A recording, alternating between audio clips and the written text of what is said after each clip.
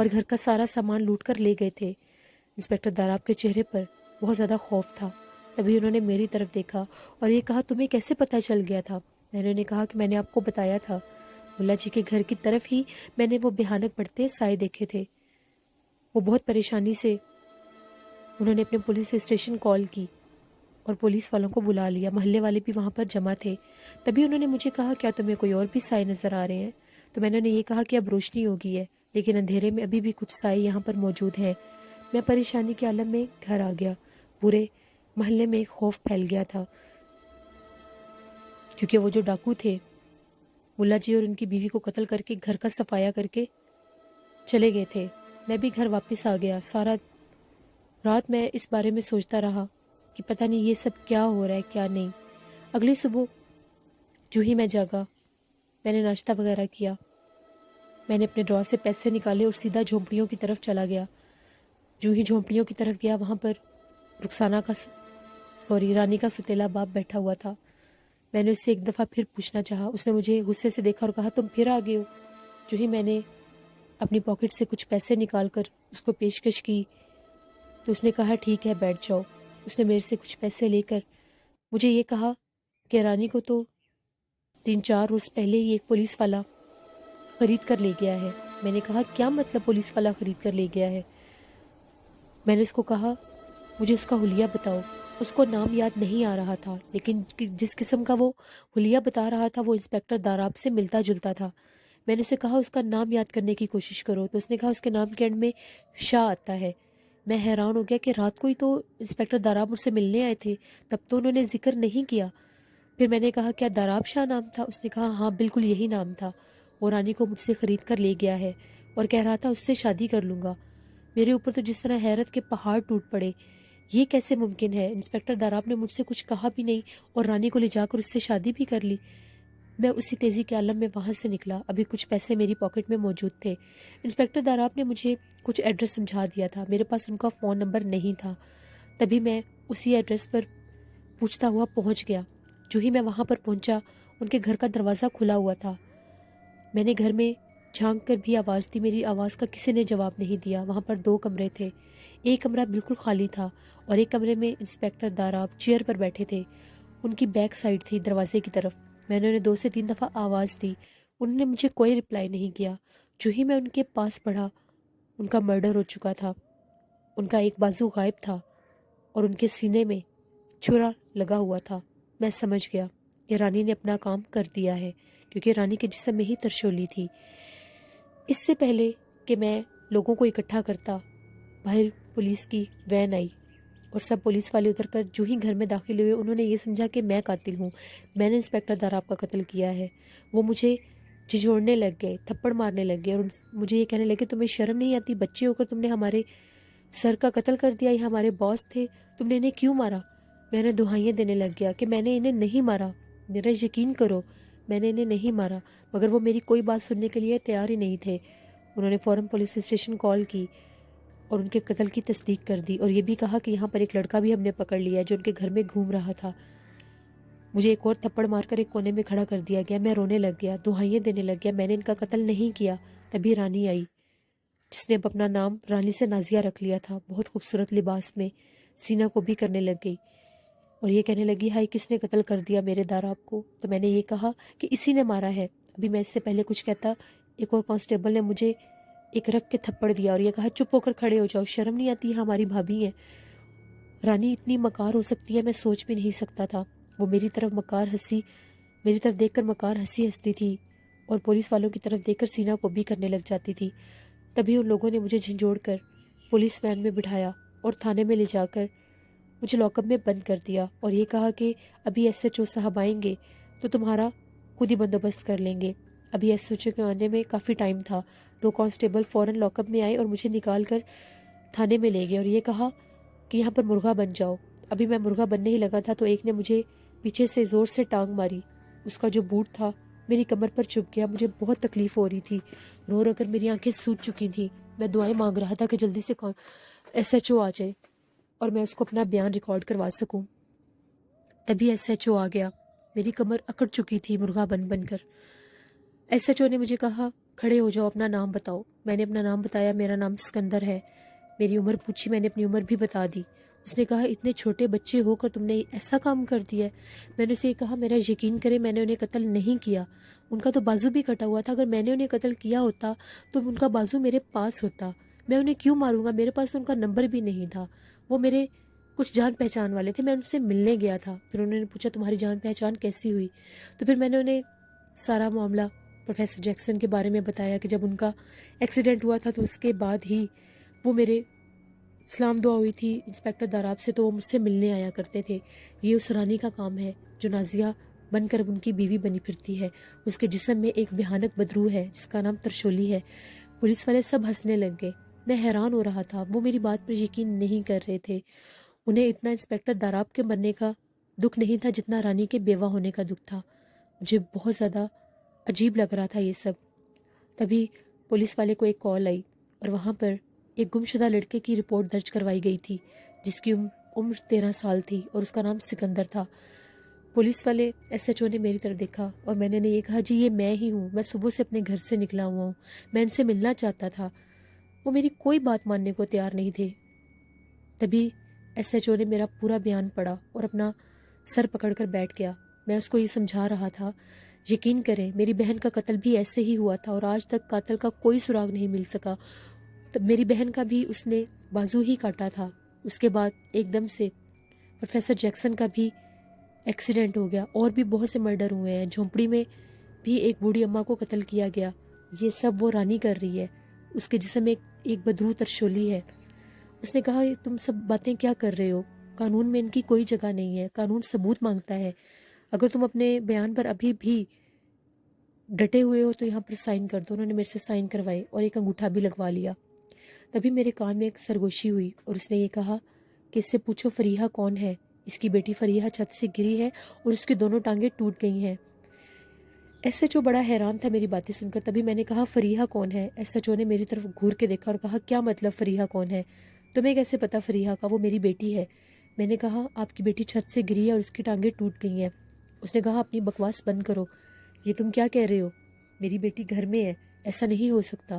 میں نے اسے یہ کہا باتیں چھوڑیں، گھر کال کریں۔ ابھی اس سے پہلے کہ وہ ریسیور اٹھاتا اس کو کال آ گئی۔ اس کی مسز رو رہی تھیں اور یہ کہہ رہی تھیں فریحہ چھت سے گری ہے اور اس کی دونوں ٹانگیں ٹوٹ گئی ہیں، ہم ہاسپٹل جا رہے ہیں، آپ جلدی سے آ جائیں۔ ایس ایچ او نے گھبرا کر میری طرف دیکھا۔ جو ہی فون بند کیا وہ میرے آگے ہاتھ جوڑنے لگے۔ میں نے تو آپ کو کچھ نہیں کہا، میں نے تو آپ کو مارا بھی نہیں، نہ ہی ڈانٹا ہے، پلیز میری بیٹی کو کچھ مت کرنا۔ آپ کو کیسے پتہ چل گیا؟ میں نے یہ کہا کہ میں نے آپ کی بیٹی کو کچھ نہیں کیا، میرے تو کان میں ابھی آ کر کسی روح نے بتایا ہے کہ آپ کی بیٹی چھت سے گری ہے، بے فکر رہیں، اسے کچھ نہیں ہوگا، آپ جلدی سے جائیں۔ ایس ایچ او نے کہا میں پوری کوشش کروں گا آپ کو خیریت سے یہاں سے نکال دوں، لیکن کچھ دن آپ کو یہاں پہ رکنا پڑے گا۔ تبھی اس نے کانسٹیبل سے کہا مرد حضرات والے جو لاک اپ ہے وہاں پر کتنی جگہ ہے؟ تو اس نے کہا سر وہاں پر جگہ نہیں ہے، وہاں پر بہت زیادہ قیدی ہیں۔ تبھی اس نے کانسٹیبل سے کہا خواتین والی سائڈ پر ان کے لیے ایک بستر لگواؤ، سنو چادر صاف ہونی چاہیے اور انہیں کوئی تکلیف نہیں ہونی چاہیے، وی آئی پی طرح سے ان کا سیٹ اپ لگاؤ۔ تبھی کانسٹیبل نے کہا جی سر ٹھیک ہے۔ ایس ایچ او اٹھتے ہوئے بھی گئے اور مجھے تھپکی دے کر کہا پلیز میری بیٹی کو کچھ مت ہونے دینا، میں تمہیں یہاں سے صحیح سلامت نکال دوں گا۔ میں نے کہا جائیے، میں نے کچھ نہیں کیا۔ وہ چلے گئے اور مجھے بہت اچھی جگہ پر رہنے کے لیے بھیج دیا گیا۔ وہ کمرہ بہت صاف تھا، ہاں لیکن جو قیدی وہاں پر نئے لائے جاتے تھے ان کا شور شرابہ میں سن سکتا تھا، کسی کو مارا پیٹا جا رہا تھا، کوئی چیخ چلا رہا تھا۔ اسی طرح سے وہ رات گزر گئی۔ میں بہت پریشان تھا، مجھے امی ابو کا خیال آ رہا تھا، وہ میرے بارے میں کیا سوچ رہے ہوں گے، وہ کتنے پریشان ہوں گے، میں تو انہیں بتا بھی نہیں سکتا میں کس مصیبت میں ہوں۔ جو ہی صبح میری آنکھ کھلی ابو میرے پاس بیٹھے تھے۔ ابو کو جب میں نے دیکھا میں رونے لگ گیا۔ میں نے انہیں تسلی دی کہ ابو میں نے کوئی قتل نہیں کیا۔ تو ان کا یہ کہنا تھا میں جانتا ہوں تم نے کوئی قتل نہیں کیا، تم ہمارے بیٹے ہو، ہم نے ایک وکیل کو تمہارے لیے کر لیا ہے ہائر، انشاءاللہ وہ تمہیں یہاں سے نکال لے گا۔ اور ایس ایچ او صاحب نے بھی بہت تسلی دی ہے۔ تبھی ایک کیمرے مین آیا اور میری تصویریں اتارنے لگ گیا۔ ابو نے اس کو ڈانٹنا شروع کر دیا اور اس کے ہاتھ سے کیمرہ چھین لیا کہ میرے بیٹی کی تصویریں مت لو، یہ قاتل نہیں ہے۔ ابو کے اور اس کے درمیان لڑائی جھگڑا شروع ہو گیا۔ کانسٹیبل پاس کھڑے ہنس رہے تھے، میں دہائیاں دے رہا تھا کہ پلیز ان کو چھڑواؤ، تم لوگ کتنے بے شرم ہو، یہ لڑ رہے ہیں اور تم لوگ ہنس رہے ہو۔ تبھی ایک کونے سے کچھ وجود رونما ہوئے، انہوں نے ابو کو اور اس آدمی کو ایک دوسرے سے الگ کیا اور یہ کہا کہ بس اب ان پر ہاتھ مت اٹھانا۔ ابو نے کہا میرے بیٹے کی تصویریں ڈیلیٹ کر دو ابھی۔ اس نے یہ کہا کہ ایسا ہو ہی نہیں سکتا، آپ کا باپ بھی قبر سے اٹھ کے آ جائے تو میں یہ نہیں کروں گا۔ وہ پاؤں پٹکتا چلا گیا اور وہ سائے ایک طرف غائب ہو گئے۔ میں نے ابو سے کہا ابو آپ پریشان نہ ہو جائیں، کچھ نہیں ہوتا، انشاءاللہ سب ٹھیک ہو جائے گا۔ بھائی بھی مجھے ملنے آئے، سب مجھے ملنے آ رہے تھے۔ تبھی 1-2 دن کے بعد میری بیل ہو گئی۔ جب میں گھر واپس آیا تو امی بہت پریشان تھیں، افسردہ تھیں، مجھے گلے لگا کر بہت روئیں۔ نورین کے گھر والے بھی مجھے ملنے آئے، انہیں بھی پتہ چل چکا تھا، سب لوگ مجھے ملنے آ رہے تھے۔ وہ رات یوں ہی کٹ گئی، میں نے پریشانی میں گزار دی کہ رانی تم نے یہ کیا کر دیا، انسپیکٹر داراب کو بھی مار دیا۔ اگلے دن میں اسکول گیا تو پتہ چلا میرا نام کٹ چکا ہے۔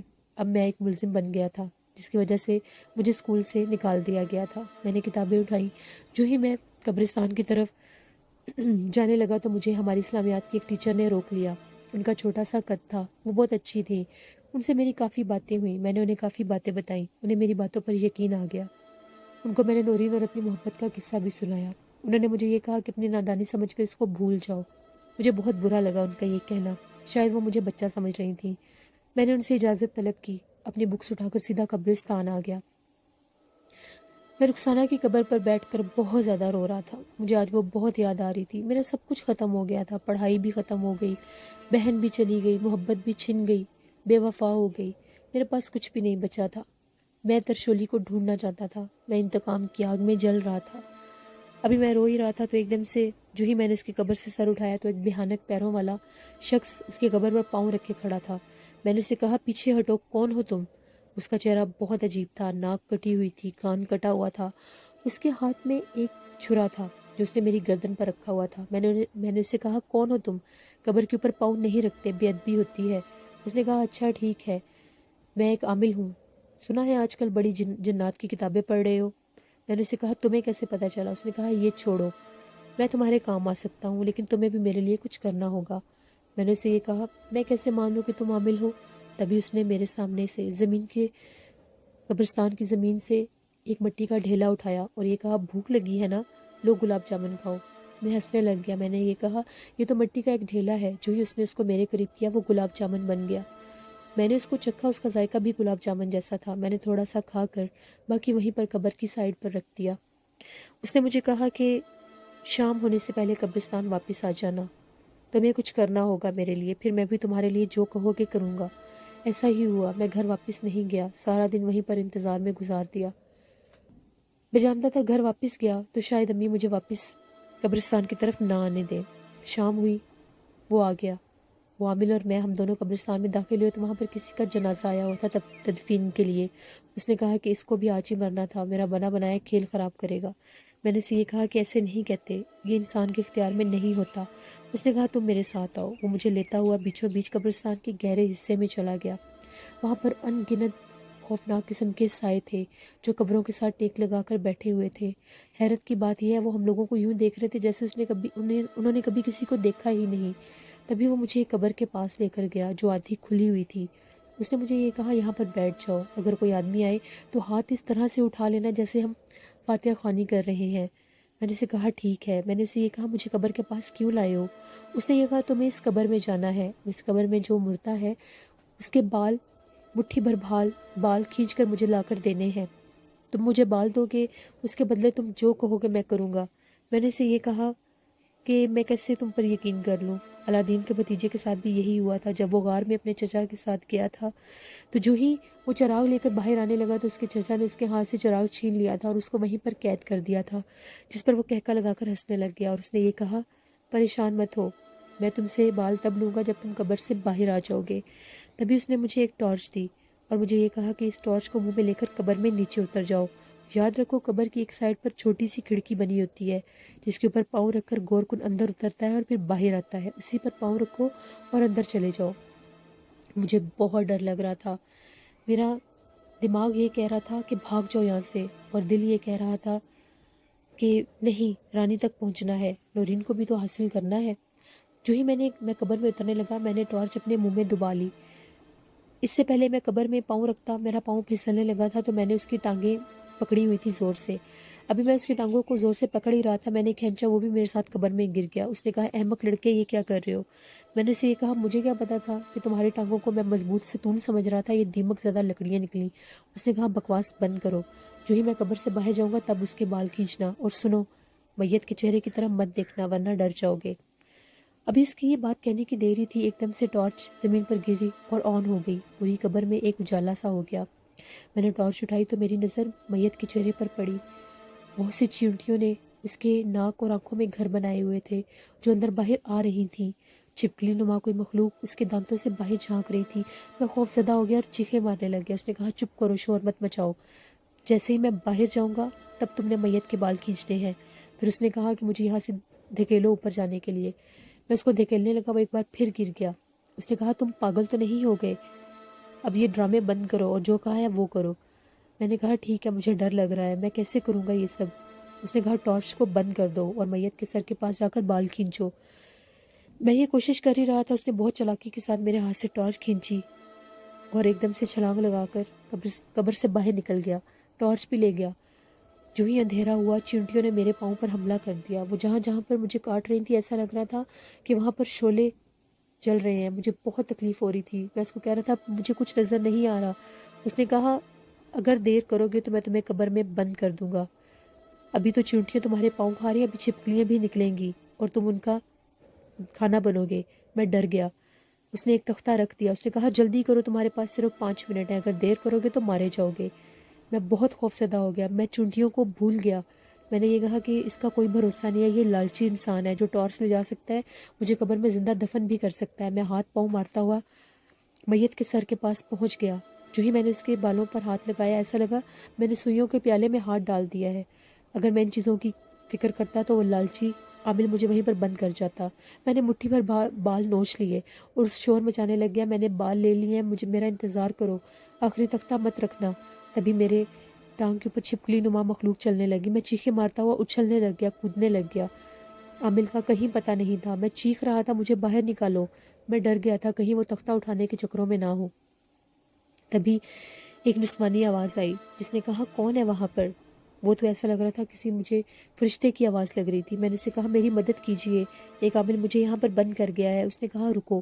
تبھی وہ ٹارچ لے کر آئی، اس نے روشنی ڈالی، وہ آواز میری جانی پہچانی تھی۔ اس نے مجھے کھینچ کر باہر نکالا۔ میں حیران ہو گیا، وہ رانی تھی۔ میں نے کہا رانی تم؟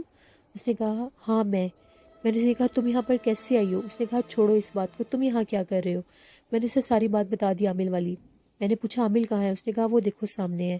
جو ہی اس نے ٹارچ کی، وہ 2 قبروں کے درمیان میں ایک گٹھری بنے ہوئے پڑا تھا، اس کا سر تن سے الگ تھا۔ میں نے کہا یہ کیا تم نے کیا ہے؟ اس نے کہکا لگا کر کہا ہاں میں نے کیا ہے، یہ ایک عامل ہے، اس نے پہلے بھی مجھے قید کرنے کی کوشش کی تھی، تب میں نے اس کا ناک اور کان کاٹ دیا تھا، اس کو وارننگ دی تھی دوبارہ مجھے قید کرنے کی کوشش مت کرنا۔ آج پھر اس نے تمہارے ذریعے مجھے قید کرنا چاہا۔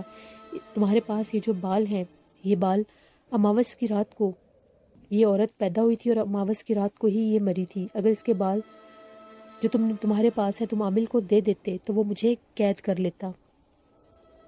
اگر یہ بالوں پر عمل ہو جاتا تو میں اس کی غلام بن جاتی۔ میں نے اسے کہا تمہیں میرا پتہ کیسے چلا؟ تو اس کا یہ کہنا تھا کہ بہت سے میرے چاہنے والے ایسے سائے ہیں جو تمہارے ارد گرد رہتے ہیں اور تمہاری خبر مجھے دیتے رہتے ہیں، انہی نے بتایا تھا کہ تم یہاں پر ہو اور عامل تمہارے ساتھ کیا کر رہا ہے۔